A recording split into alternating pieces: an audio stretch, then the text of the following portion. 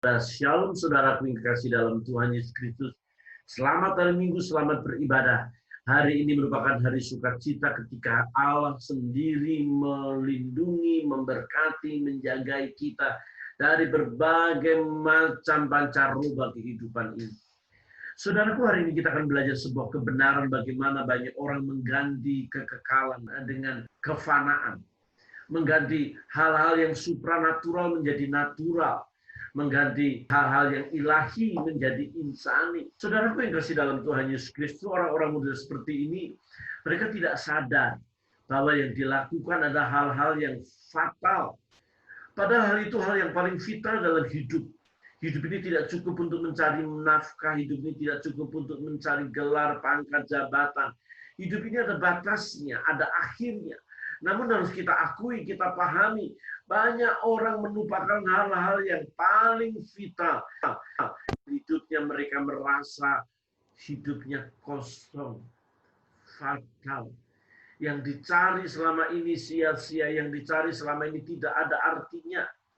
Kita sudah mendengar bagaimana orang kaya meninggal karena virus atau pandemi COVID-19. Dia tidak bisa bernafas.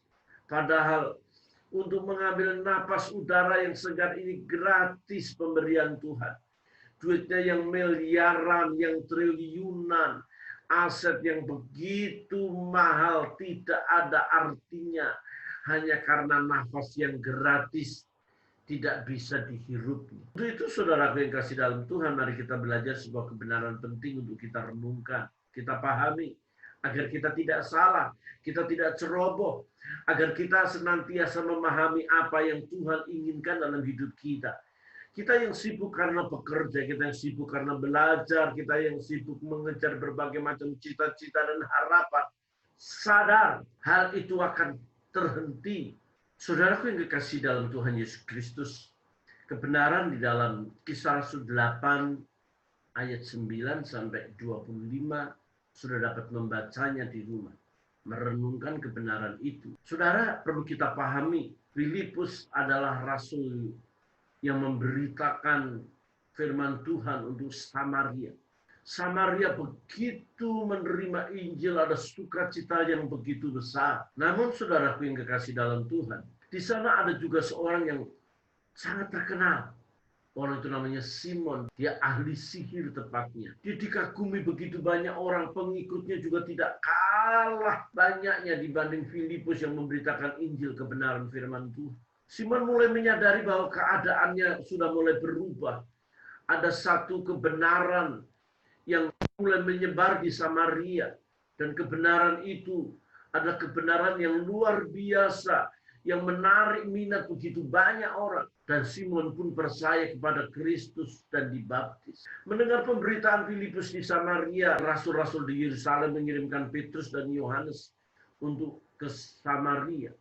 Maka Petrus dan Yohanes ke Samaria dan mendoakan orang-orang Samaria, dan di saat itulah Roh Kudus memenuhi mereka. Mereka penuh dengan Roh Kudus. Simon ahli sihir ini begitu takjub, berkata kepada Petrus, berikanlah juga kepadaku kuasa itu, supaya jika aku menumpangkan tanganku di atas seorang, ia boleh menerima roh. Saudara, ada keinginan membeli sesuatu yang rohani dengan barang jasmani. Ada keinginan Simon menggantikan hal-hal yang kekal itu dengan hal yang fana, sekedar uang itu. Yang seperti ini dianggap jahat, sangat menjijikkan di mata Allah. Petrus mengatakan demikian, binasalah kiranya uang itu bersama-sama dengan engkau, karena engkau menyangka bahwa engkau dapat membeli karunia Allah dengan uang.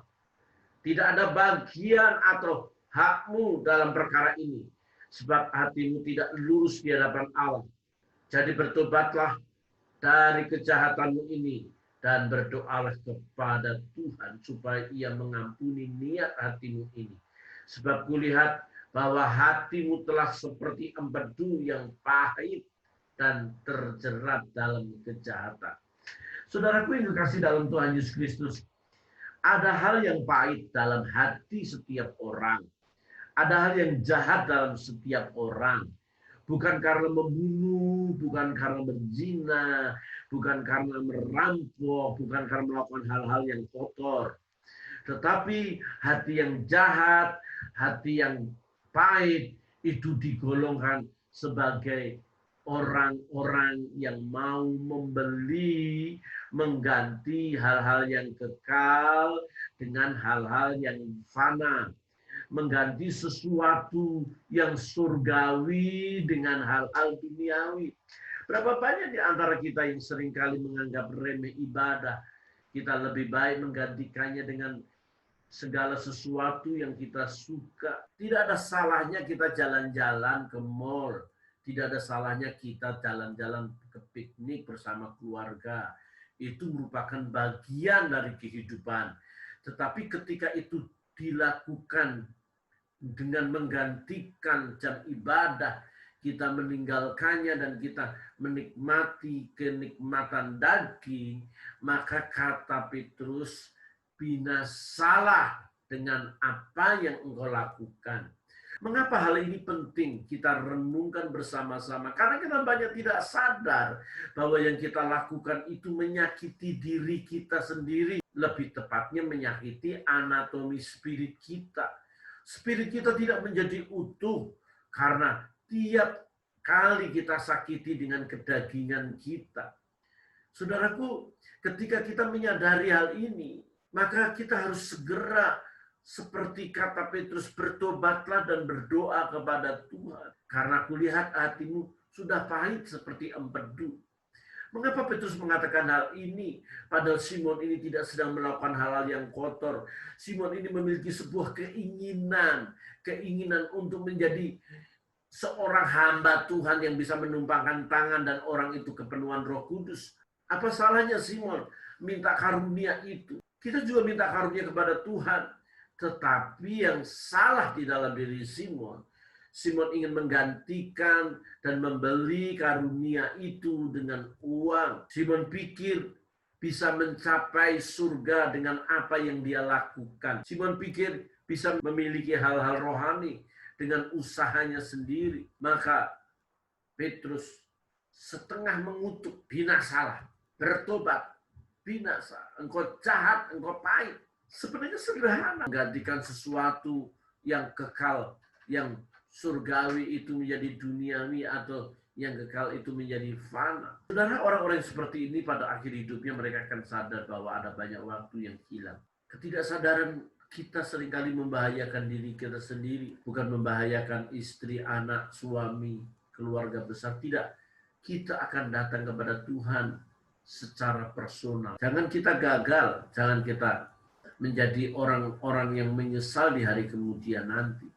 Mengapa orang seringkali ceroboh hal itu? Mari kita belajar kebenaran firman Tuhan. Yang pertama, ketidaksadaran ini terjadi ketika seseorang mulai menjauhi dari waktu ibadah. Ibrani 10 ayat 25 mencatat sebuah kebenaran penting untuk kita renungkan bersama-sama. Alkitab jelas mengatakan bahwa janganlah kita menjauhkan diri dari pertemuan-pertemuan ibadah kita seperti dibiasakan oleh beberapa orang. Tetapi marilah kita saling menasihati dan semakin giat melakukannya menjelang hari Tuhan yang mendekat. Ada beberapa orang yang memiliki kebiasaan meninggalkan ibadah. Apalagi di musim-musim pandemi seperti ini, ada banyak kesempatan orang dengan alasan takut corona, takut virus, mereka meninggalkan ibadah. Pada jam ibadah online pun mereka juga tidak mengikutinya. Hidup terlalu santai. Mereka tidak menyadari ada bahaya besar di dalam diri seseorang. Untuk itu, Alkitab mencatat, biarlah kita saling menasihati. Firman Tuhan ini untuk menasihati saudara. Jangan sampai nanti di hari akhir hidup kita, kita sudah banyak kehilangan jam-jam ibadah. Kita sudah banyak kehilangan waktu-waktu pertemuan dengan Tuhan. Ketika kita mau menghadap Tuhan, kita tidak siap. Mengapa? Karena kita sudah terbiasa meninggalkannya. Nasihat kebenaran firman Tuhan ini sangat penting buat kita. Buat setiap manusia. Buat setiap pribadi, bahkan saya sendiri harus juga menyadari kita harus senantiasa memberitakan kebenaran firman Tuhan, mengingatkan. Yang pertama, ini ketidaksadaran seseorang ini sangat membahayakan orang itu. Kalau orang tidak sadar dirinya anak, maka dia tidak akan tinggal di rumah bapaknya. Saudara tahu, anak bungsu tidak sadar bahwa dia anak orang kaya, bapak yang punya harta melimpah. Karena tidak merasa dirinya anak, maka dia keluar dari rumah. Anak bungsu itu, dia pesta, pora, makan-makan, melakukan hal-hal yang menurut kedagingannya sendiri nikmat. Kita tahu akibatnya. Akibatnya anak bungsu ini kehilangan segala sesuatunya. Bahasa saya kemasukan roh gembelisme. Teman-temannya kiri sentris. Dia berada di pusat kemiskinan. Bahwa bahkan naluri kekayaannya yang seringkali makan-makan enak. Naluri kekayaannya dengan menggunakan baju-baju yang mahal. Selera yang high class itu hilang. Menjadi selera ampas babi. Alkitab memang tidak mengatakan anak bungsu ini makan makanan ampas babi. Tapi hasrat hatinya sudah mau menikmati makanan ampas babi itu. Tetapi ketika kemiskinan terjadi, ketika kesusahan melandanya, dia ingat bapaknya. Saudaraku yang kekasih dalam Tuhan Yesus Kristus, ini pelajaran yang penting bahwa ketika kita dilanda berbagai macam pandemi ini, seharusnya kita mendekatkan diri kita kepada Tuhan. Menambah hari-hari kita dekat dengan Tuhan karena kita ini tidak kebal terhadap virus yang merajalela. Jakarta tidak semakin bisa menjadi kuning, hijau, yang merah malah menjadi hitam. Di mana-mana terjadi virus, di mana-mana orang terpapar pandemi.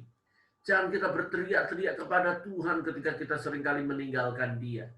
Jangan kita minta-minta tolong Tuhan, kita seringkali melupakan Dia. Kebiasaan banyak orang demikian.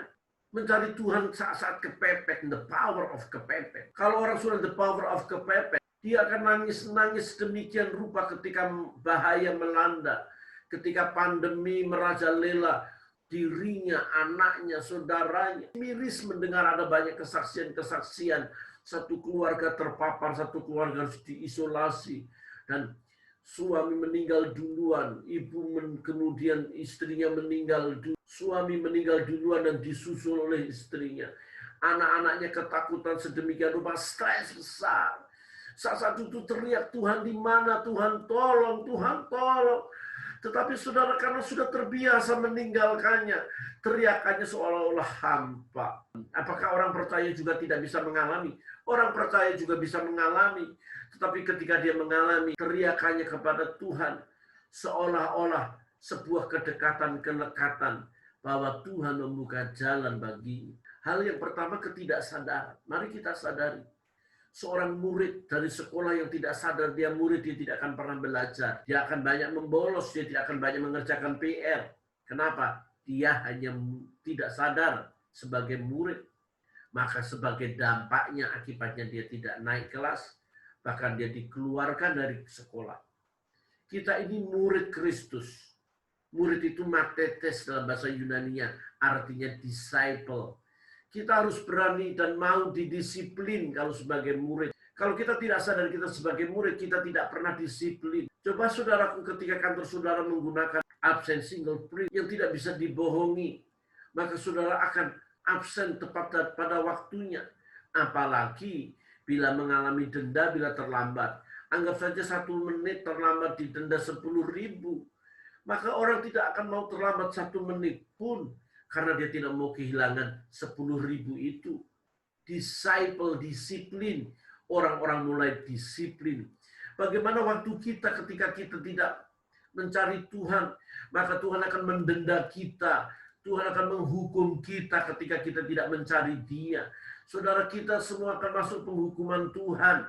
Kita semua akan masuk di dalam pengadilan Tuhan yang mengerikan ketika kita di luar Dia. Untuk itu mari kita tetap di dalam Dia dan menggunakan waktu-waktu kita menyadari kita ini sebagai anak yang ada tinggal di dalam.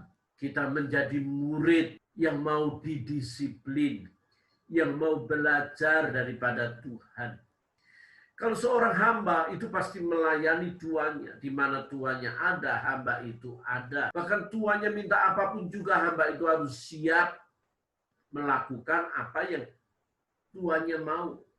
Di mana ada tuannya, hamba itu siap melayani. Kalau saudara sadar bahwa saudara hamba Tuhan, pelayan Tuhan, saudara hanya melayani Tuhan, bukan melayani diri sendiri. Video minggu lalu bagaimana para hamba Tuhan yang ditolak Tuhan menjadi orang-orang jahat dan terkutuk karena menggunakan jabatannya sebagai hamba Tuhan untuk kepentingannya sendiri, untuk kekayaannya sendiri, dan hidup hedon dan merasa diri paling suci, paling benar, paling dipakai Tuhan, dan menghakimi sesama hamba Tuhan.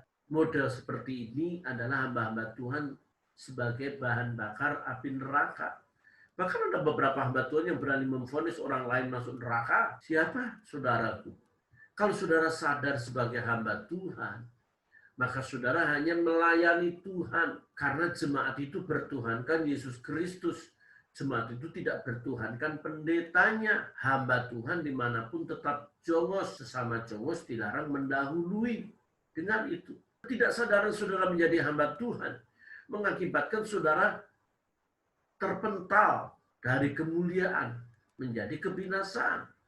Karena sudah menggantikan hal-hal yang kekal selama di bumi dengan hal-hal duniawi. Seperti Simon, dia ingin karunia-karunia itu dibeli dengan uang. Sementara banyak hamba Tuhan ingin karunia-karunia itu menghasilkan uang untuk dirinya. Tidak salah menerima persembahan, tidak salah. Karena seorang pekerja patut mendapatkan upahnya. Roma 4 ayat 4 mencatat bahwa orang yang bekerja itu upahnya diperhitungkan bukan sebagai hadiah, tapi sebagai hak. Ada seorang hamba Tuhan yang berkata, dulu saya pengacara 1 jam saja. Saya mendapat 1 jam saja, tarif saya itu 5 juta. Dari tadi Anda sudah konseling sama saya, masa saya tidak mendapat apa-apa? Lebih baik orang model seperti ini nggak usah jadi hamba Tuhan. Tetap jadi pengacara yang cinta Tuhan. Tidak meninggalkan pengacaranya jadi hamba Tuhan dan menaruh tarif. Jangan menggantikan hal-hal yang kekal dengan hal-hal yang fana. Itu dikategorikan sebagai hati yang penuh kepahitan seperti empedu atau hatimu jahat. Hal-hal yang kekal diganti dengan hal yang fana ini ada banyak dalam aspek kehidupan kita. Tapi didahului berangkat dari ketidaksadaran kita, itu akan mengakibatkan hal-hal yang fatal. Yang pertama, ketidaksadaran. Saudaraku, Ibrani 10 ayat 35 mencatat kebenaran penting. Sebab itu janganlah kamu melepaskan kepercayaanmu karena besar upah yang menantinya. Karena besar upah yang menantinya. Ingat saudara, besar upah yang menantinya. Saudaraku, Matius 19 ayat 27 mencatat kebenaran kepada kita untuk kita renungkan bersama-sama. Lalu Petrus menjawab dan berkata kepada Yesus, kami ini telah meninggalkan segala sesuatu dan mengikut Engkau. Apakah yang akan kami peroleh? Saudara, dengar. Yesus menjawab, saudaraku, Yesus mengatakan kepada Petrus, Yesus tidak mengatakan kepada Petrus bahwa apa yang sudah dia berikan akan didapat kembali 100 kali lipat di bumi ini. Tetapi Yesus mengatakan demikian. Kata Yesus kepada mereka, aku berkata kepadamu sesungguhnya pada waktu penciptaan kembali, apabila anak manusia bersemayam di tahta kemuliaannya, kamu yang telah mengikut aku akan duduk juga di atas 12 tahta untuk menghakimi ke-12 suku Israel. Tuhan menjawabnya tidak kekinian. Yesus menjawab bukan upah secara natural, tapi secara supranatural. Kita tidak membahas bagaimana duduk di atas tahta dan kemudian menghakimi ke-12 Israel. Tetapi itu salah satu upah di surga. Ada upah dalam kemuliaan nanti. Tetapi saudaraku yang kekasih dalam Tuhan, Tuhan juga tidak meninggalkan berkat-berkatnya ketika kita melayani Dia dengan sungguh-sungguh. Alkitab mencatat dengan jelas bahwa ibadah itu akan mendatangkan keuntungan.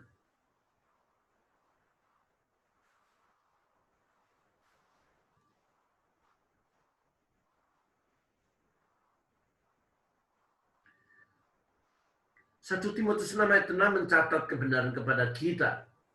Memang ibadah itu kalau disertai rasa cukup memberi keuntungan besar. Keuntungan ini bukan hanya keuntungan nanti, tapi berkat Tuhan Dia tidak akan meninggalkan kita. Kebenaran yang kedua, upah besar yang menantinya. Di akhir-akhir hidup kita hanya akan melihat kemuliaan surga dengan upah atas jerih lelah kita. Sehingga Tuhan berkata, sabarlah hambaku yang setia. Dan terimalah mahkota kemenangan. Terimalah mahkota kebenaran. Itu hal yang indah. Jangan sampai Tuhan berkata, nyala daripadaku kamu pembuat kejahatan. Dua-duanya sama-sama melayani. Tapi satu bersungguh-sungguh hamba Tuhan, satu hama Tuhan. Hama itu merusak pekerjaan Tuhan. Ingat, saudara yang seringkali merusak gereja orang. Saudara menyakiti gembala saudara dengan memindahkan jemaat, mengambil jemaat orang, membangun gereja sendiri. Saudara seharusnya membangun gereja itu di samping neraka. Banyak orang binasa diselamatkan. Bukan saudara hanya memindahkan orang-orang ke surga, dibentuk menurut logika saudara. Kalau hanya membangun gereja dengan mengambil jemaat orang, saudara tidak perlu sekolah tinggi-tinggi. Lulusan SD juga bisa. Belajarlah rendah hati. Ketidaksadaran saudara akan membuat saudara berdiri di hadapan Tuhan dan Tuhan berkata, nyala daripadaku kamu pembuat kejahatan. Saudara, di Jawa itu ada namanya kutu busuk. Orang Jawa bilang, orang Solo terutama, kalau duduk di rutan itu seringkali digigitin kutu busuk itu. Dan kutu busuk itu namanya bangsat. Jadi kalau ada bangsat di sini, berarti itu ada binatang yang menyakiti. Binatang yang menyakiti namanya bangsat. Demikian juga manusia yang seringkali menyakiti lebih dari bangsat kuadrat. Saudara, saya mengasihi saudara. Jangan sampai saudara juga ditolak oleh Tuhan. Alkitab yang mencatat, Petrus mengatakan, hatimu pahit seperti empedu. Kamu jahat. Jangan pernah mengganti hal-hal yang kekal dengan hal-hal yang fana. Dipikir dengan membangun gereja dan bisa mempunyai jemaat begitu besar, karena perpindahan jemaat dan kemudian bangga. Saudara lihat, jemaat yang saudara ambil dia akan keluar sendiri. Jemaat yang saudara ambil dari gereja lain akan menyakiti saudara. Saudara akan disakiti. Apa yang kau tabur itu akan dituai. Saya ingin melihat seberapa jauh kehebatan saudara. Seberapa besar kesucian. Seberapa banyak doa saudara. Dengan gelar saudara, saudara mempertantang-petenteng bahwa saudara orang hebat. Itu bukan hamba Tuhan. Itu hama Tuhan. Saudara belum ketemu Petrus sama Yohanes. Saudara bisa dimaki-maki oleh Yohanes sama Petrus. Upah saudara bukan kemegahan, kemewahan. Simon ahli sihir ini ada begitu banyak pengikutnya. Mungkin Samaria itu lebih banyak mendengar Simon ahli sihir ini daripada Filipus yang baru saja datang. Hal yang ketiga, jangan memiliki kepahitan. Pahit seperti empedu. Sebenarnya saudaraku, Simon ini menunjukkan karakternya yang pahit, pikirannya yang kotor. Petrus mengatakan kepahitan itu. Petrus menilai dari hati. Kekuatan hatinya sudah seperti empedu pahit. Empedu itu adalah cairan pahit. Ya, empedu itu cairan pahit, hijau ke kuning-kuningan, diskresikan di hati. Artinya, udah penuh kepahitan. Dan kepahitan itu bisa disebut sebagai satu ekspresi superlatif yang berarti kepahitan yang berlebihan. Biasa frasa ini digunakan untuk penyembahan berhala. Jadi orang yang pahit itu dia memberhalakan dirinya sendiri. Menganggap dirinya itu orang yang punya nilai. Orang yang pahit dan jahat adalah segala sesuatu diukur dari dirinya sendiri. Karena dirinya adalah berhala, memberhalakan diri. Kalau dia melayani juga untuk keuntungannya, kalau dia melayani untuk ketenaran dia, kalau dia melayani demi kekagumannya. Jangan pernah menciptakan kekaguman diri sendiri terhadap jemaat. Biarlah jemaat mengagumi Tuhan. Sehingga jemaat mensyukuri kebaikan Tuhan, bukan mensyukuri besaran nama pendetanya. Ulangan pasal 29 ayat 18 mengatakan kepada kita, ayat itu begitu indah kita renungkan. Sebab itu, jangan di antaramu ada laki-laki atau perempuan, kaum keluarga atau suku yang hatinya pada hari ini berpaling meninggalkan Tuhan Allah kita untuk pergi berbakti kepada Allah bangsa-bangsa itu. Janganlah di antaramu ada akar yang menghasilkan racun dan ibu.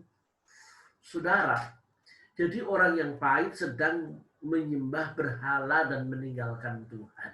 Mengganti hal yang kekal dengan hal yang fana, itu yang terakhir didasari dengan kepahitan hati, karakter yang sangat buruk. Saudara kan kasih Ibrani pasal 12 ayat 15 mencatat pun, jagalah supaya jangan ada seorang pun menjauhkan diri dari kasih karunia Allah, agar jangan tumbuh akar pahit, akar yang pahit, yang menimbulkan kerusuhan dan yang mencemarkan banyak orang. Saudaraku, ada begitu banyak orang pahit terhadap gembalanya, dia keluar. Pahit terhadap khotbah pendeta, dia keluar.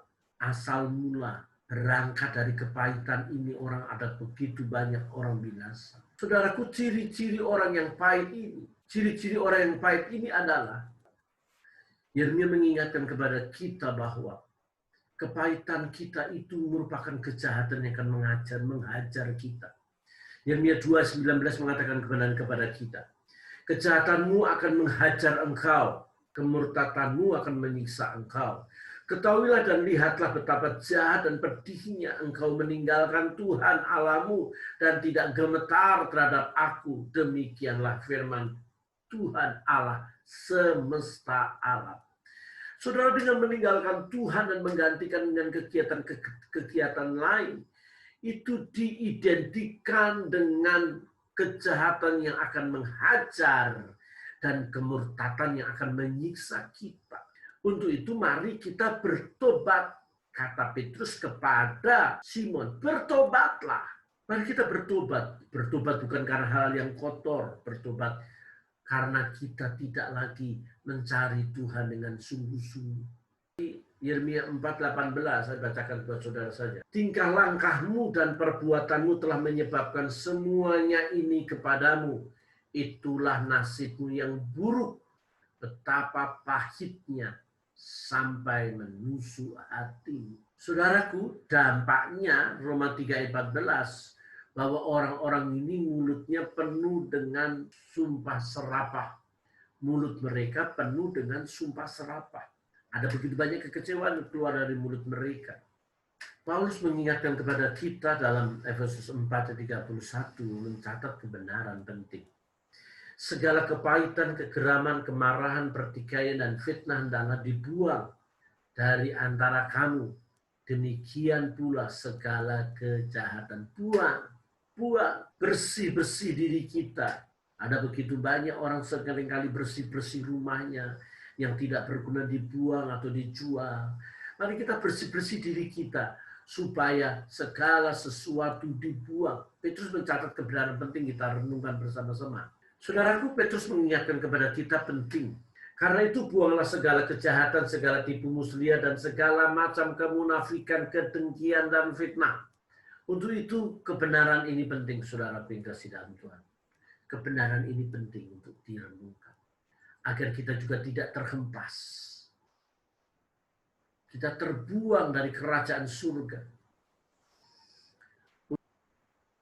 Mari kita capai kebenaran firman Tuhan. Dengan pimpinan Roh Kudus untuk setia. Tanpa pimpinan Roh Kudus kita tidak akan setia. kita akan terus-menerus berhubung dengan dosa, kejahatan, kepahitan, halal duniawi kita. Mari kita tanggalkan arogansi. Kita tanggalkan seolah-olah kita ini hebat. Tetapi kita mendapati bahwa diri kita tetap ada di dalam Tuhan. Kesadaran penuh untuk mengutamakan Tuhan dalam segala perkara. Haleluya. Mari kita berdoa. Kami sungguh bersyukur ketika kami mendengar kebenaran firman-Mu untuk kami tidak menggantikan hal-hal yang kekal itu dengan hal duniawi, hal yang fana, hal yang sementara. Kami tidak mengganti yang supranatural itu dengan yang natural, yang ilahi itu menjadi yang insani. Tetapi kami akan sungguh-sungguh mencintai Engkau, beribadah dan tidak meninggalkan jam-jam pertemuan kami dengan Tuhan. Di masa pandemi ini bukan merupakan alasan kami meninggalkan Tuhan. Justru di masa pandemi ini kami boleh sungguh-sungguh serius mendekatkan diri kepada Tuhan. Kami bersyukur Bapa, kami memuji Tuhan dalam nama Yesus berdoa. Haleluya. Amin. Amin. Saya bersyukur ketika saudara mau mensubscribe, like, dan komen. Tuhan memberkati saudara. Haleluya. Amin.